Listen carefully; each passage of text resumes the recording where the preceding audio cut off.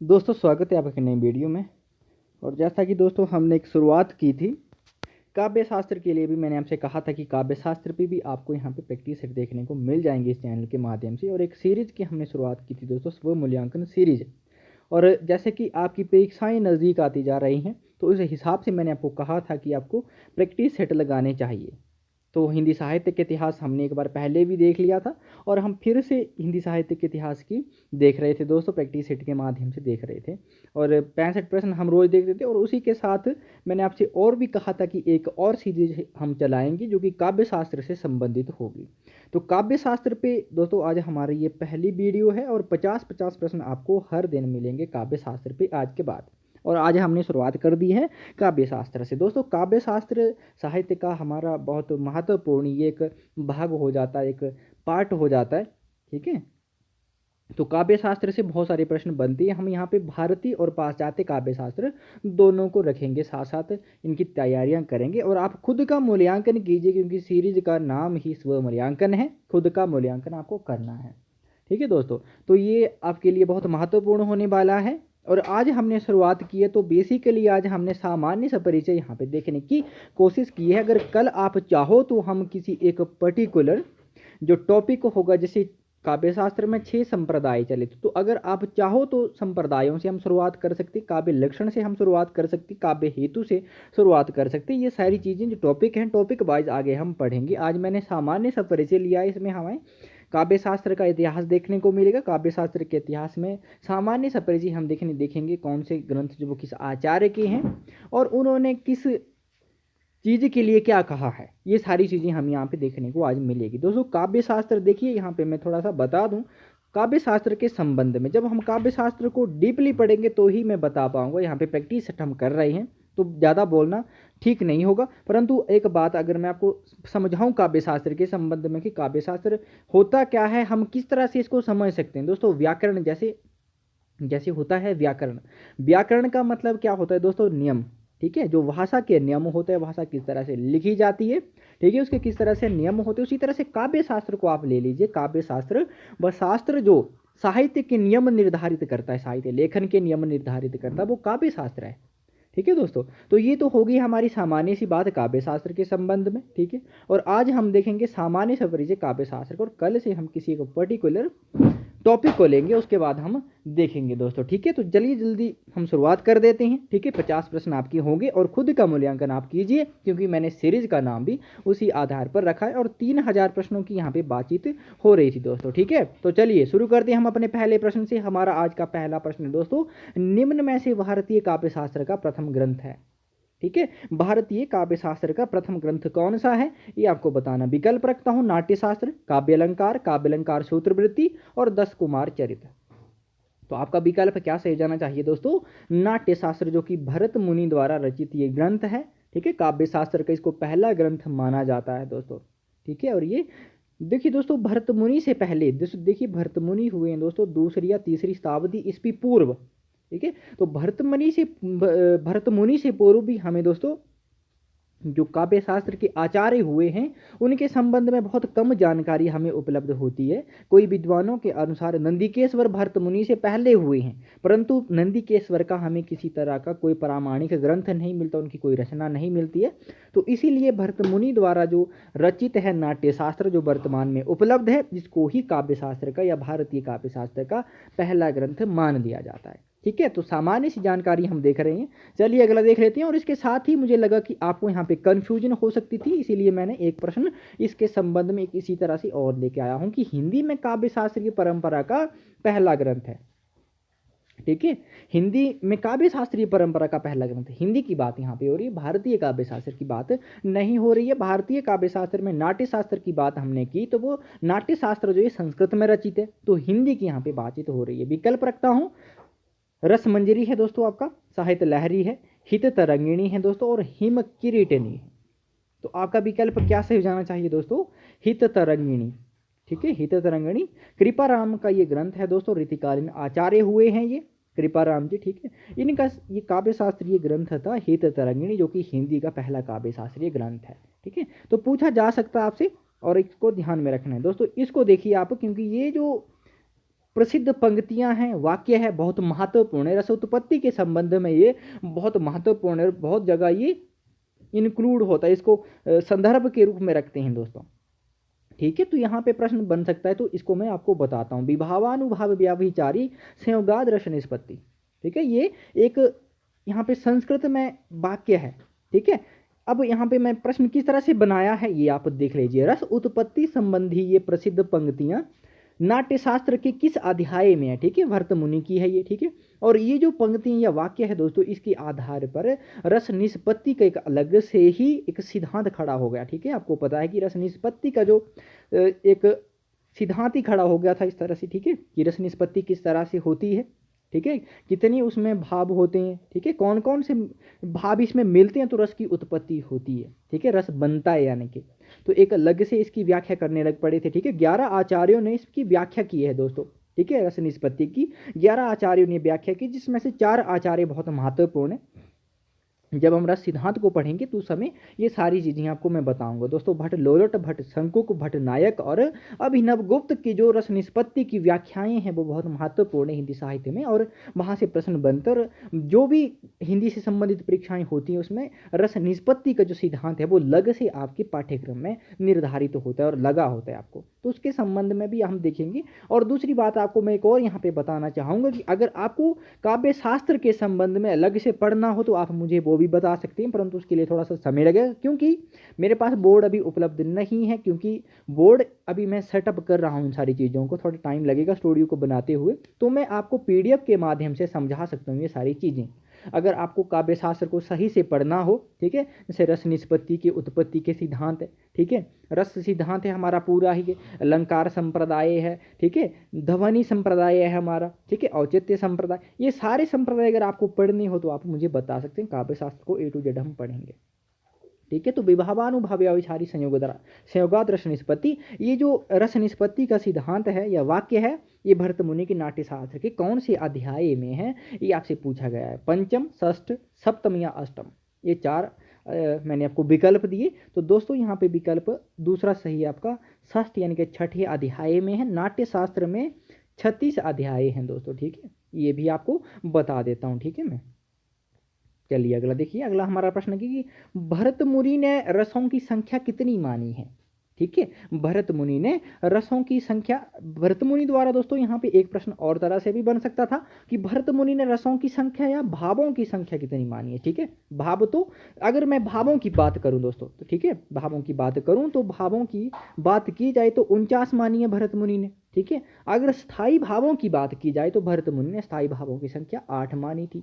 ठीक है, और यहाँ पे स्थायी भाव या रस एक ही बात आप समझ सकते हैं। तो रसों की संख्या या स्थायी भावों की संख्या भरत मुनि ने दोस्तों या आपके विकल्प थे 8 मानी थी। ठीक है, और संपूर्ण अगर भावों की बात की जाए, ठीक है, संपूर्ण भावों की बात की जाए दोस्तों तो उन्होंने इसकी संख्या 49 मानी थी। ठीक है, इनमें से 33 संचारी भाव हो गए आपके, 8 स्थायी भाव हो गए दोस्तों आपके, और 8 आपके सात्विक भाव हो गए। ठीक है, तो कितने हो गए दोस्तों आपके 33 और 8 हो गए आपके 41, 41 और 8 हो गए आपके 49 दोस्तों। ठीक है, प्रश्न पूछा जा सकता है आपको आपसे, तो विशेष ध्यान देना है आपको इनके संबंध में। ठीक है, चलिए अगला देख लेते हैं दोस्तों। अगला हमारा प्रश्न है कि 10 रूपक काव्य शास्त्रीय ग्रंथ के लेखक कौन है। ठीक है, 10 रूपक ये जो ग्रंथ है इसके लेखक कौन है। भरत मुनि है, भामा है, धनंजय है, रामचंद्र, गुणचंद्र है। तो दोस्तों आपके ये विकल्प थे, आपका विकल्प यहाँ पे क्या सही हो जाएगा, तीसरा सही हो जाएगा, धनंजय। ये दोस्तों नाट्य शास्त्र का पहला ऐसा ग्रंथ है जिस पर टीका लिखी गई थी, नाट्य शास्त्र की टीका है ये 10 रूपक दोस्तों। ठीक है, भरत मुनि द्वारा रचित नाट्य शास्त्र की प्रथम टीका 10 रूपक। अगला देखिए, इनमें से कौन सा ग्रंथ दंडी का नहीं है। ठीक है, दंडी भी अलंकारवादी हुए हैं दोस्तों। ठीक है, ये सारी चीज़ें आपको मैं पढ़ाऊंगा, परंतु सबसे पहले तो आज प्रैक्टिस सेट हम देख लेते हैं। ठीक है, अगर प्रैक्टिस सेट, अगर बोर्ड यहाँ पे सेट हो जाता है दोस्तों तो उसके बाद तो मैं बोर्ड पे आपको A to Z पढ़वाऊंगा। ठीक है, परंतु यहाँ पे थोड़ा सा PDF बनाने में प्रॉब्लम्स हो जाती हैं दोस्तों, PDF में टाइप करना थोड़ा मुश्किल हो जाता है, बहुत समय लगता है। ठीक है, तो दंडी का कौन सा ग्रंथ नहीं है आप मुझे बताएंगे। काव्यादर्श, 10 कुमार चरित्र, अवंती सुंदरिया, काव्य मीमांसा। तो दोस्तों चौथा ही विकल्प सही है, काव्य मीमांसा नहीं है। अगला देखिए, रस मंजरी और रस तरंगिणी काव्य शास्त्रीय पुस्तकों के लेखक कौन हैं। विकल्प रखता हूँ, भानुदत्त, दंडी, धनंजय या वामन। तो रस मंजरी और रस तरंगिणी दोस्तों ये नेट में भी पूछा गया था अभी प्रश्न कि रस तरंगिणी की लेखक कौन है। ठीक है, तो ये दोस्तों भानुदत्त की रचनाएं हैं। ठीक है, प्रश्न किसी तरह से भी बन सकते हैं, तो आपको सब चीज़ों के लिए ही तैयार रहना है पहले से। अगला देखिए, इनमें से कौन रसवादी आचार्य नहीं है। दोस्तों प्रश्न आपसे बहुत तरह से बनेगा। काव्य शास्त्र के जितने भी संप्रदाय थे, 6 संप्रदाय थे, उनमें से रस संप्रदाय और अलंकार संप्रदाय से बहुत प्रश्न बनते कि इनमें से कौन रसवादी है, कौन अलंकारवादी है। ठीक है, एक प्रश्न मैं आपको देता हूं दोस्तों। जो बिहारी हुए हैं दोस्तों, रीतिकालीन कवि हैं, बिहारी को आचार्य रामचंद्र शुक्ल ने किस वाद, कौन से वाद का कवि माना है। ठीक है, ध्वनिवादी माना, ठीक है, या रीतिवादी माना, ठीक है, रसवादी माना। ठीक है, तो आप मुझे बताएंगे बिहारी के संबंध में कि बिहारी को डॉक्टर नगेंद्र ने क्या कहा है और आचार्य रामचंद्र शुक्ल ने क्या माना है और डॉक्टर नगेंद्र ने क्या माना है, ये आप मुझे बताएंगे। ये आपके लिए मेरा होमवर्क है मेरी तरफ से। अगर आपको नहीं पता तो आप मुझे कमेंट में बताएंगे। ठीक है, तो रसवादी आचार्य नहीं है, विकल्प रखता हूँ, भट्ट लोलट है, भट्ट शंकुक, धनंजय और आनंदवर्धन भी था। तो आपका तीसरा विकल्प सही है दोस्तों, यहाँ पे आनंदवर्धन, क्योंकि ये ध्वनिवादी आचार्य हुए हैं। ठीक है, भट्ट लोलट ऐसे पहले आचार्य थे जिन्होंने रस निष्पत्ति के जो सिद्धांत है उसकी व्याख्या की और पहले आचार्य हुए ये। ठीक है, भट्ट शंकुक दूसरे आचार्य हुए। धनंजय तो आपको पता ही है कि धनंजय ने भी रस सूत्र की या भरत मुनि के नाट्यशास्त्र की टीका लिखी और उसकी व्याख्या की है। ठीक है, आनंदवर्धन अलग से संप्रदाय के संस्थापक हुए हैं। ठीक है, जो कि ध्वनि संप्रदाय था। अगला देखिए, अगला हमारा प्रश्न है, और अगला हमारा प्रश्न दोस्तों ये पंक्तियां हैं कि न कांतमपि निर्भूषम विभाति विभाति बनिता मुखम। ठीक है, ये वाक्य किसका है। ठीक है, ये संस्कृत का वाक्य है। जब अलंकार संप्रदाय को पढ़ेंगे दोस्तों तो मैं आपको इसका एक एक वाक्य का जो अर्थ है वो मैं बताऊंगा। ठीक है, न कांतमपि निर्भूषम विभाति बनिता मुखम, ये वाक्य किसका है। विकल्प रखता हूँ, भरत मुनि, भामा, दंडी या वामन। तो दोस्तों ये जो वाक्य है ये है आपका भामा का। ठीक है, अगला देखिए, भामा ने मूल अलंकार किसे माना है। दोस्तों ये प्रश्न बहुत बार पूछा गया हुआ है। ठीक है, जो प्रश्न पीछे पूछे गए हैं वो मैंने यहाँ पे रखे हैं, क्योंकि सामान्य से हम काव्य शास्त्र को आज देख रहे हैं। ठीक है, 50 प्रश्न आपने लिए हैं आज। ठीक है, भामा ने मूल अलंकार किसे माना है, ये आपसे पूछा गया। विकल्प है बकरोक्ति, अतिशयोक्ति, उपमा या रूपक। तो दोस्तों भामा ने बकरोक्ति को मूल अलंकार माना है। ठीक है, अगला देखिए, दंडी ने मूल अलंकार किसे माना है, दंडी का भी पूछा जा सकता है। विकल्प रखता हूं, रूपक, उपमा, अतिशयोक्ति या विभावना। तो दोस्तों दंडी ने अतिशयोक्ति को मूल अलंकार माना था। ठीक है, अगला देखिए, नाटक को मिश्र काव्य किसने कहा। ठीक है, नाटक को मिश्र काव्य किसने कहा, प्रश्न बन सकता है। विकल्प रखता हूं, भरत मुनि, भामा, दंडी या वामन। तो दोस्तों दंडी ने नाटक को मिश्र काव्य कहा था। अगला देखिए, रीति के स्थान पर मार्ग और वर्तम शब्द का प्रयोग किसने किया। दोस्तों पूछा जा सकता है, मार्ग तो चलो काव्य शास्त्र में 3 आचार्यों ने मार्ग शब्द का प्रयोग किया है रीति के लिए, परंतु वर्तम शब्द का जो प्रयोग है ये थोड़ा सा यूनिक हो जाता है और किसी परीक्षा में ये पूछा गया प्रश्न है दोस्तों, तो आपको ध्यान देना है इसके संबंध में। ठीक है, विकल्प रखता हूं मैं आपको, कुंतक, दंडी, वामन या आनंदवर्धन। ठीक है, ये आपके 4 विकल्प थे, आनंदवर्धन, कुंतक, ठीक है, दंडी, वामन। तो दोस्तों दंडी ने मार्ग और वर्तम शब्द का प्रयोग किया है। ठीक है, यहाँ पे कुंतक ने भी रीति के लिए मार्ग शब्द का प्रयोग किया था, परंतु यहाँ पे मैंने 2 लिए हैं, वर्तम को भी इंक्लूड कर दिया था, तो इस कारण आपका कुंतक और वामन यहाँ पे कट जाएंगे। ठीक है, यहाँ पे दंडी हो जाएगा। अब देखिए दोस्तों, रीति के स्थान पर मार्ग शब्द का प्रयोग 3 आचार्यों ने किया है काव्य शास्त्र में, कुंतक ने किया, दंडी ने किया और वामन ने किया था। ठीक है, ध्यान से देखना है आपको, हो सकता है इससे संबंध आगे प्रश्न भी बना हो। ठीक है, अगला देखिए, इनमें से भरत मुनि ने कौन सा अलंकार नहीं माना है। दोस्तों भरत मुनि ने कौन सा अलंकार नहीं माना है, देखिए नाट्य शास्त्र में उनके विकल्प रखता हूं, उपमा, रूपक, दीपक, बकरोक्ति, यमक। ठीक है, तो दोस्तों उन्होंने बकरोक्ति अलंकार नहीं माना था। भरत मुनि ने सिर्फ अपने नाट्य शास्त्र में 4 अलंकारों को उल्लेख किया है। सबसे पहले तो दोस्तों आपको उपमा, उपमा बहुत प्रसिद्ध अलंकार है, ये आपको याद हो जाएगा। ठीक है, उसके बाद दोस्तों इक प्रत्यय वाले जो भी 3 अलंकार हैं, इक प्रत्यय में लगा होगा। देखिए रूपक, ठीक है, इक प्रत्यय, ठीक है, दीपक, यमक, ठीक है, इक प्रत्यय यहाँ पे आपको देखने को मिल जाएगा। ठीक है, उपमा, रूपक, दीपक और यमक, ये 4 अलंकार भरत मुनि ने माने हैं और प्रश्न पूछा गया है नेट जैसी परीक्षाओं में भी। ठीक है, तो बकरोक्ति उन्होंने नहीं माना था। अगला देखिए, अगला हमारा प्रश्न है, वामन ने मुख्य अलंकार किसे माना है। मुख्य अलंकार के संबंध में यहाँ से प्रश्न बनता है। भामा ने किसको माना था दोस्तों, वक्रोक्ति को। दंडी ने किसको माना, अतिशयोक्ति को माना। अब वामन ने किसको मुख्य अलंकार माना, ये आपको पूछ रहा है, यहाँ पे प्रश्न आपसे बना है। उपमा, रूपक, दीपक या यमक। तो दोस्तों वामन ने उपमा को मुख्य अलंकार माना है। ठीक है, अगला देखिए, व्यक्ति विवेक काव्यशास्त्रीय पुस्तक के लेखक कौन है। प्रश्न पूछा गया है दोस्तों ये बहुत सारी परीक्षाओं में। ठीक है, प्रीवियस ईयर क्वेश्चन पेपर उठा के देखिए, आपको मिल जाएगा। व्यक्ति विवेक काव्यशास्त्रीय पुस्तक के लेखक कौन है। विकल्प रखता हूँ, महिम भट्ट, भट्टनायक, भट्ट शंकुक या भट्ट लोलट। दोस्तों विकल्प आपका पहला सही है। यहाँ पे व्यक्ति विवेक पुस्तक के लेखक हैं महिम भट्ट। अगला देखिए, इनमें से सुमेलित नहीं है, एक असुमेलित होगा। विश्वनाथ गंगाधर, श्रीरस गंगाधर एक तरफ आचार्य और दूसरी तरफ उनके काव्यशास्त्री ग्रंथ है। भामा काव्य अलंकार, मम्मट काव्य प्रकाश, भोजराज सरस्वती कंठावरण। तो दोस्तों आपका पहला विकल्प सही है। विश्वनाथ का ग्रंथ है साहित्य दर्पण, ना कि रस गंगाधर। रस गंगाधर है जगन्नाथ का। ठीक है, पंडित राज जगन्नाथ का।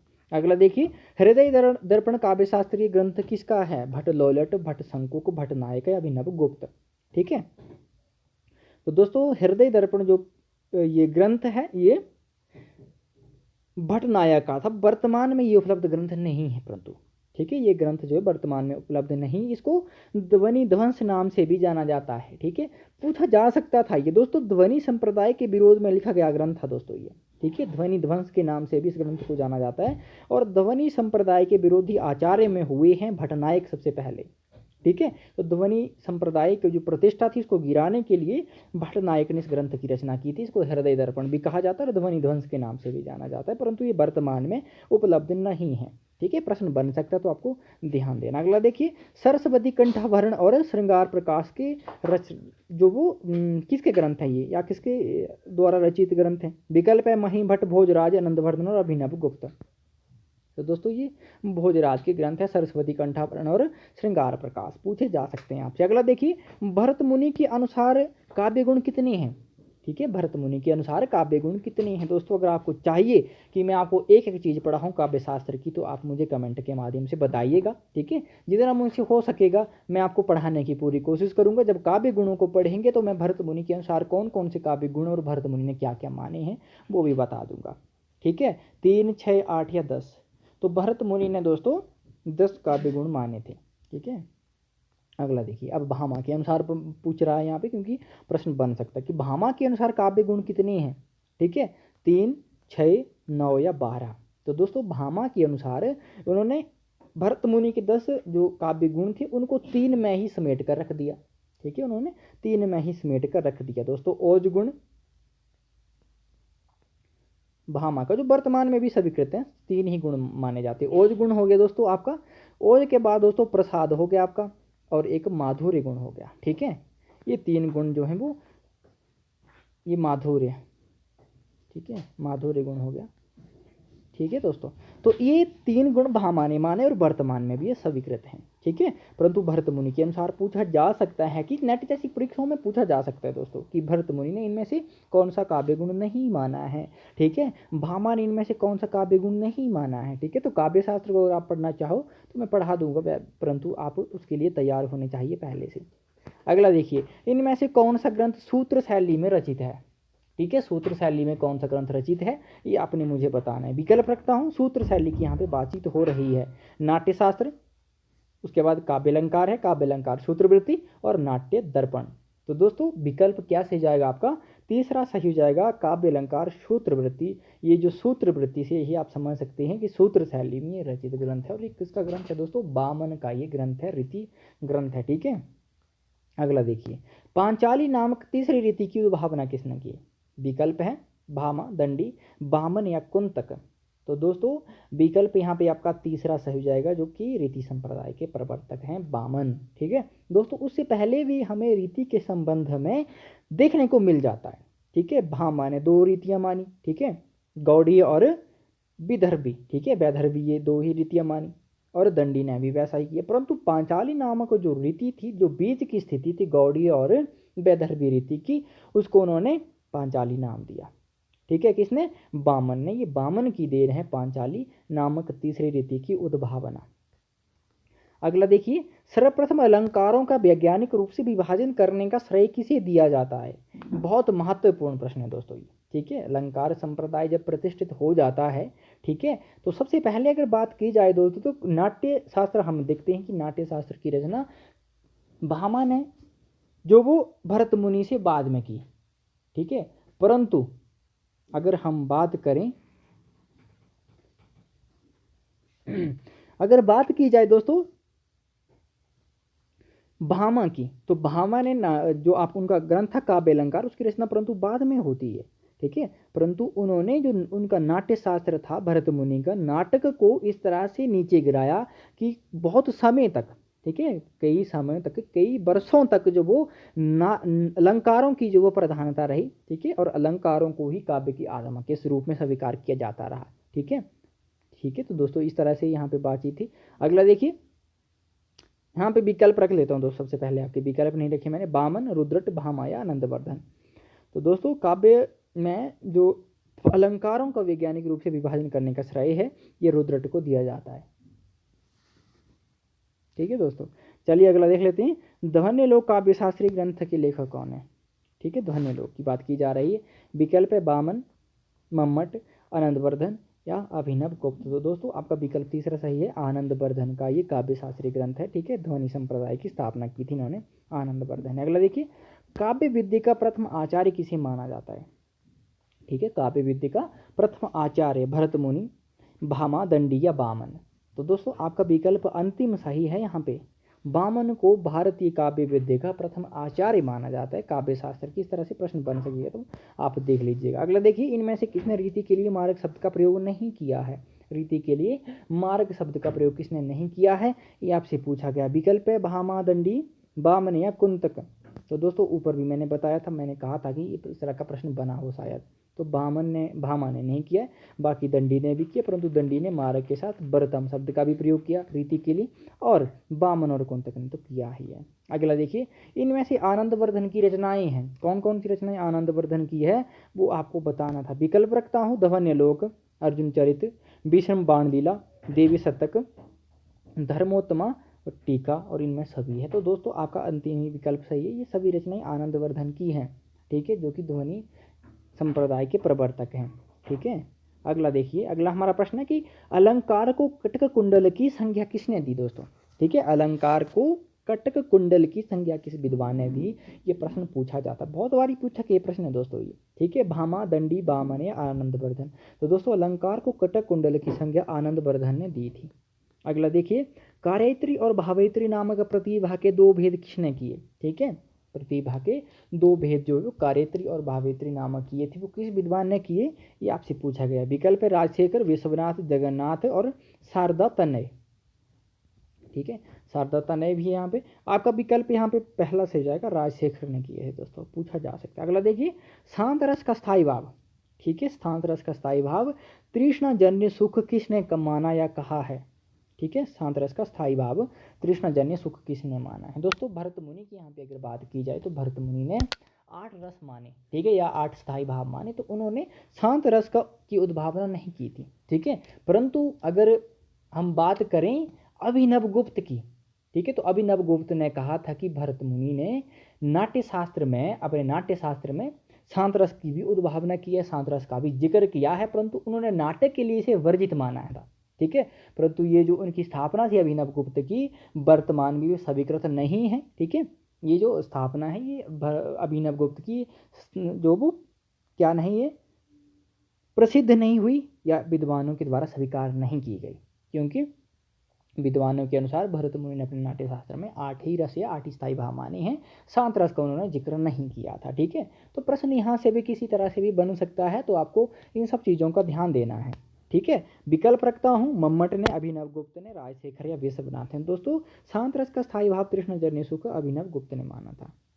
ठीक है, अगला देखिए, इनमें से रसवादी आचार्य नहीं है। ठीक है, रसवादी आचार्य नहीं है तो कौन सी नहीं है आपको बताना है। भट्टलोलट, भट्टनायक है दोस्तों आपका, कुंतक है और अभिनव गुप्त है। तो दोस्तों आपका विकल्प तीसरा ही सही है, कुंतक, क्योंकि ये वक्रोक्ति संप्रदाय के प्रवर्तक हैं। अगला देखिए, रीति को कवि प्रस्थान हेतु किसने कहा? ठीक है, रीति को कवि प्रस्थान हेतु प्रश्न बन सकता है दोस्तों, और बहुत बार ये तरह के प्रश्न बने हैं, तो आपको ध्यान देना है। अगर आपको फैक्ट भी चाहिए हो कि रीति, जैसे रीति संप्रदाय है, तो रीति संप्रदाय के जो महत्वपूर्ण फैक्ट या तथ्य हैं, उन तथ्यों को आप हमें पढ़ा दीजिए और समझा दीजिए, तो मैं वो भी करने के लिए आपके लिए तैयार हूँ, परंतु आप उसके लिए तैयार होने चाहिए। ठीक है, मैं वीडियो बनाऊँ तो उसका मकसद ये भी होना चाहिए कि बहुत सारे विद्यार्थी उसको वॉच भी करें, ऐसा नहीं कि मेरी मेहनत बेकार जाए। ठीक है, तो मेहनत बेकार जाएगी तो मेरा भी कभी फायदा नहीं होगा। ठीक है, तो अगला देखिए, तो किसने कहा था कवि प्रस्थान हेतु रीति को दोस्तों? विकल्प रखता हूँ, कुंतक, भट्ट लोलट, भट्टनायक या मम्मट। तो दोस्तों कुंतक ने रीति को कवि प्रस्थान हेतु कहा है। दोस्तों ये प्रश्न पूछा गया हुआ है पहले भी नट जैसी परीक्षा में। ठीक है, सबसे आसान प्रश्न था मेरी नज़रों में। ठीक है, परंतु एनटीए ने उसको भी गलत कर दिया था, गलत करार दिया, परंतु उन्होंने जब प्रोविजनल आंसर किया है तो उसमें सही कर दिया था। क्षेमेंद्र ने औचित्य के कितने भेद माने हैं? ठीक है, क्षेमेंद्र औचित्य संप्रदाय के प्रवर्तक हैं, तो इन्होंने औचित्य के कितने भेद माने हैं? वैसे तो इन्होंने अनंत भेद माने हैं औचित्य के, परंतु उन्होंने पर्टिकुलर भेद भी माने हैं कि इतने तो औचित्य ये प्रसिद्ध ही हैं। ठीक है, विकल्प रखता हूँ 25, 26, 27 या 28। तो दोस्तों विकल्प आपका तीसरा सही है, 27 भेद माने थे, और ये स्वीकार भी किए जाते हैं और स्वीकृत भी हैं। दोस्तों एनटीए द्वारा ये प्रश्न पूछा गया था, परंतु उन्होंने जब उनकी आंसर की आई तो उन्होंने 28 माने। ठीक है, और बहुत सारे विद्यार्थियों ने इस पर जो है दोस्तों चैलेंज किया था इस प्रश्न को। ठीक है, और इसके स्थायी ही भेद उन्होंने प्रोविजनल आंसर की में फिर माने थे, तो आपको कंफ्यूज नहीं होना इसके संबंध में भी। अगला देखिए, रीति का अर्थ कवि गमन मार्ग। ठीक है, रीति का जो अर्थ है वो कवि गमन मार्ग किसने कहा है? ठीक है, रीति का अर्थ जो कवि गमन मार्ग किसने माना? विकल्प है भोजराज, मम्मट, अभिनवगुप्त या दंडी। तो रीति का जो अर्थ है दोस्तों कवि गमन मार्ग, ये भोजराज ने माना था। ठीक है, प्रश्न पूछा जा सकता है आपसे, तो ध्यान देना है। ठीक है, ऊपर हमने क्या देखा दोस्तों? कवि प्रस्थान हेतु, और यहाँ पे कवि गमन मार्ग। कवि प्रस्थान हेतु दोस्तों कुंतक ने माना। ठीक है, कवि और कवि गमन मार्ग तो ये भोजराज ने माना। ठीक है, चलिए अगला देखिए, अवंतिका नामक रीति का अन्य भेद किसने किया? दोस्तों ये जो प्रश्न है ये नेट पे पूछा गया, और जब मैंने पहली बार नेट का पेपर दिया था तो वहाँ पे ये प्रश्न बना था, और मुझे आज भी याद है ये। ठीक है, तो आप अंदाजा लगा सकते हैं इस प्रश्न का कि ये प्रश्न कितना महत्वपूर्ण है। विकल्प रखता हूँ, भोजराज ने माना, जगन्नाथ ने माना, विश्वनाथ ने माना या दंडी ने माना। तो दोस्तों अवंतिका नामक रीति का जो भेद था ये भोजराज ने माना था। ठीक है, अगला देखिए, अलंकार विहीन को काव्य मानने वाले अग्नि को भी शीतल अनुष्ण क्यों नहीं मान लेते हैं? ठीक है, ये किसने कहा? दोस्तों यहाँ पे अलंकार संप्रदाय की पराकाष्ठा आप देख सकते हैं। ठीक है, उन्होंने क्या कहा दिया कि अलंकार विहीन काव्य को काव्य कहा ही नहीं सकते हैं। अगर अलंकार विहीन काव्य को काव्य कहते हैं तो अग्नि को शीतल मान लीजिए। ठीक है, अग्नि जो इतनी गर्म होती है, आग जितनी जिसकी उष्णता होती है, ठीक है, उसको अनुष्ण मान लीजिए। ठीक है, शीतल मान लीजिए, ठंडी मान लीजिए। इस अलंकार संप्रदाय की यहाँ पे प्रकाष्ठा मुझे देखने को मिल रही है। ठीक है, तो यहाँ पे देखिए जगन्नाथ ने कहा, जयदेव ने कहा। ठीक है, उसके बाद केशवदास और भानुदत्त है दोस्तों। ठीक है, तो दोस्तों ये कहा था आपका जयदेव ने। ठीक है, अलंकारवादी आचार्य हुए हैं ये 15वीं शताब्दी में। ठीक है, अगला देख लेते हैं। अगला हमारा प्रश्न है दोस्तों, नाट्य दर्पण काव्य शास्त्रीय ग्रंथ के लेखक कौन है? नाट्य दर्पण। ठीक है, विकल्प रखता हूँ, विश्वनाथ, भोजराज, हेमचंद्र या रामचंद्र गुणचंद्र। तो विकल्प आपका दोस्तों अंतिम सही है, रामचंद्र गुणचंद्र। दोस्तों ये हेमचंद्र के शिष्य थे, और ये दो लोग हैं दोस्तों, रामचंद्र गुणचंद्र। कई विद्वानों के अनुसार ये एक ही है। ठीक है, परंतु ये मुझे लगता है कि दो ही होने चाहिए, दो ही लोग होने चाहिए, और विद्वानों के अनुसार, कईयों के अनुसार ये दो ही लोग हैं। ठीक है, तो नाट्य दर्पण किसका ग्रंथ है दोस्तों? रामचंद्र गुणचंद्र का, ये हेमचंद्र के शिष्य थे। ठीक है, अगला देखिए, लाटी रीति का प्रणयन किसने किया? ठीक है, लाटी नामक रीति का प्रणयन किसने किया? विश्वनाथ, मम्मट, अभिनवगुप्त या भट्ट लोलट दोस्तों। ठीक है, तो लाटी नामक जो रीति थी दोस्तों, इसको माना था विश्वनाथ ने, और साहित्य दर्पण इनका ग्रंथ है। ठीक है, अगला देख लेते हैं दोस्तों। अगला हमारा प्रश्न है कि पंडित राज जगन्नाथ को पंडित राज की उपाधि किसने दी थी? या इस तरह से भी प्रश्न बन सकता है कि पंडित राज जगन्नाथ किस शासक के समकालीन थे? ठीक है, तो प्रश्न इस तरह से भी बन सकते, तो आपको इसका भी ध्यान देना है दोस्तों। ठीक है, क्योंकि प्रश्न किसी तरह से भी बन सकते हैं। ठीक है, विकल्प रखता हूँ, अकबर, जहांगीर, शाहजहां, ठीक है, और आपका बहादुर शाह जफर। तो दोस्तों पंडित राज की जो उपाधि थी ये शाहजहाँ ने दी थी और ये शाहजहाँ के समकालीन थे दोस्तों। ठीक है, अगला देखिए, कुबलयानंद चित्रमीमांसा वृत्तिवर्तिक काव्यशास्त्री ग्रंथ किसके हैं? विकल्प है अपे दीक्षित, मम्मट, भोजराया, रूप गोस्वामी। तो अपे दीक्षित के दोस्तों पहला विकल्प आपका सही है। अगर आप जल्दी बताऊं मैं तो वीडियो को पॉज कर सकते हैं। दोस्तों चैनल पे नहीं हो तो सब्सक्राइब कर लीजिए। आपकी परीक्षा की दृष्टिकोण से ये चैनल बहुत महत्वपूर्ण आपके लिए साबित होगा, ऐसा मुझे लगता है। ठीक है, आपको भी लगना चाहिए। अगला देखिए, इनमें से सुमेलित नहीं है शारदा, तने, भाप्रकाश, शोभाकार, मित्र, अलंकार, रत्नाकर, विद्याधर, एकावली और विश्वनाथ अवलोक। दोस्तों आपका चौथा विकल्प सही है, ये सुमेलित नहीं है। विश्वनाथ क्या है दोस्तों? विश्वनाथ का साहित्य दर्पण है दोस्तों। ठीक है, ये जो दोस्तों अवलोकी टीका थी दोस्तों, ठीक है, 10 रूपक की टीका है। ठीक है, उनके 10 रूपक के रचनाकार दोस्तों धनंजय, उनके भाई थे धनिक, उन्होंने लिखी थी 10 रूपक की टीका अवलोक नाम से। ठीक है, अगला देखिए, किस ग्रंथ को भारतीय विद्या का विश्वकोश कहा जाता है? दोस्तों किस ग्रंथ को भारतीय विद्या का विश्वकोश कहा जाता है? विकल्प रखता हूँ, काव्य अलंकार, सूत्रवृत्ति, ठीक है, उसके बाद दोस्तों अग्निपुराण, नाट्य दर्पण या भामालंकार। तो दोस्तों अग्नि पुराण को भारतीय विद्या का विश्वकोश कहा गया है। अगला देख लेते हैं, रस को परब्रह्म परमेश्वर किसने कहा है? रस को दोस्तों परब्रह्म परमेश्वर किस विद्वान ने कहा है, पूछा जा सकता है आपसे। भामा, भरत मुनि, अभिनव गुप्त या अग्नि पुराणकार ने? तो दोस्तों अग्नि पुराणकार ने रस को परब्रह्म परमेश्वर कहा है। अगला देखिए दोस्तों, माया रस नामक नवीन रस की उद्भावना किसने की?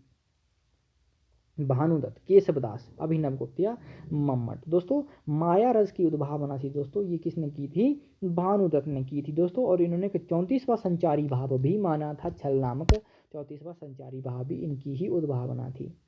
अगला देख लेते हैं, अगला प्रश्न हमारा क्या है दोस्तों, उज्ज्वल नीलमणि और भक्ति रसामृत सिंधु काव्य शास्त्री पुस्तकों के लेखक कौन है? भोजराज, विश्वनाथ, मम्मट या रूप गोस्वामी। तो दोस्तों विकल्प आपका अंतिम सही है, रूप गोस्वामी। जल्दी जल्दी करते हैं दोस्तों, थोड़ा सा बचा है, 50 प्रश्न हमारे कंप्लीट। फिर कल हम काव्य शास्त्र पे बात करेंगे और इसके बाद का जो वीडियो है दोस्तों आज का, वो आएगा आपका हिंदी साहित्य के इतिहास पे और आदिकाल का वो अंतिम हमारा वीडियो होगा। 65 प्रश्न हम लेंगे आज। देखिए दोस्तों, काल क्रमानुसार आरोही क्रम में व्यवस्थित कीजिए, इस तरह के प्रश्न बनते हैं दोस्तों, तो आपको ध्यान देना है। पीजीटी में भी आपके इस तरह के प्रश्न बनेंगे और बनते आए हैं पहले से। भामा, भरत मुनि, दंडी, बामन, भरत मुनि, भामा, दंडी, बामन, ये देख लीजिए आप। तो यहाँ पे दूसरा ही विकल्प सही है दोस्तों, भरत मुनि। ठीक है, दूसरी तीसरी शताब्दी माना जाता है। ठीक है, भामा 6वीं शताब्दी, दंडी 7वीं शताब्दी और बामन 8वीं शताब्दी में। ठीक है, तो आपका दूसरा विकल्प यहाँ पे सही, क्योंकि इस तरह के प्रश्न बनते हैं तो आपको ध्यान देना। अगला देखिए, निम्न ग्रंथों का काल क्रमानुसार सही क्रम क्या है, ये आपको बताना था। ये आप विकल्प देख लीजिए, क्योंकि मैं इतना पढ़ूंगा नहीं। ठीक है, ध्यान से देख लीजिए। ठीक है, ध्यान से देख लीजिए दोस्तों एक बार। तो दोस्तों आपका यहाँ पे विकल्प तीसरा सही है, नाट्यशास्त्र, भरत मुनि रचनाकार है, और काव्य अलंकार भामा, काव्यदर्श दंडी और काव्य अलंकार सूत्रवृत्ति बामन। ठीक है दोस्तों, तो इसका भी समझ गए होंगे आप। अगला देखिए दोस्तों, निम्न काव्य शास्त्रियों को जन्म काल के अनुसार सही क्रम में व्यवस्थित कीजिए, लगाना है आपको। प्रश्न बन सकता है दोस्तों, यहाँ पे ये प्रश्न लाने का मेरा मकसद अंत में यही था कि आप इन प्रश्नों को भी इस तरह से याद कर लें। आपके जो जितने भी आचार्य हुए हैं उनके जितने भी ग्रंथ हैं उनको भी आप याद कर लीजिएगा एक बार, क्योंकि इस तरह के प्रश्न काव्य शास्त्र से बनते आए हैं पहले से ही। ठीक है, तो दोस्तों ये 4 विकल्प आप ध्यान से देख लीजिए, वीडियो को पॉज कर लीजिए, मैं सही विकल्प आपको बता देता हूँ। शंकुक दोस्तों, उसके बाद आनंदवर्धन आएंगे, भट्ट नायक आएंगे और उसके बाद कुंतक आएंगे। ठीक है, अगला देख लेते हैं, निम्न रचनाओं का कालानुक्रम सही काल क्रमानुसार सही क्रम क्या है दोस्तों। ठीक है, इसको सही अनुक्रम में व्यवस्थित करना था आपको। ध्यान दीजिए, यहाँ पे वीडियो को पॉज कर लीजिए बेसिकली आप अगर यहाँ पे देख रहे हैं। ठीक है, तो मैं सिर्फ आपको सही विकल्प इसका बता रहा हूँ। ठीक है, ध्वन्यालोक पहले आ जाएगा, काव्य मीमांसा आ जाएगा, अभिनव भारती आ जाएगा और काव्य प्रकाश मम्मट का अंत में आ जाएगा। अभिनव भारती अभिनव गुप्त की है। ठीक है, ध्वन्यालोक आपकी नंदवर्धन की होगी, काव्य मीमांसा आपकी भोजराज की होगी। ठीक है, तो ये दोस्तों हमारे 50 प्रश्न यहीं पे समाप्त हुए आज के। ठीक है, और अगर दूसरी वीडियो जो दोस्तों वो आपकी आएगी हिंदी साहित्य के इतिहास पे। अगर आपको काव्य शास्त्र में कुछ और पढ़ना हो और आपको लगे कि आप काव्य शास्त्र में हमें एक जानकारी दी, आपका काव्य शास्त्र कमजोर है, इस तरह के जितने भी आपके प्रश्न हो तो वो आप मुझे बता सकते हैं, मैं उस तरह से आपके लिए फिर हेल्प करूँगा और उस तरह से वीडियो बनाऊँगा। तब तक के लिए बहुत धन्यवाद दोस्तों, मिलते हैं अगले वीडियो में काव्य शास्त्र को लेकर।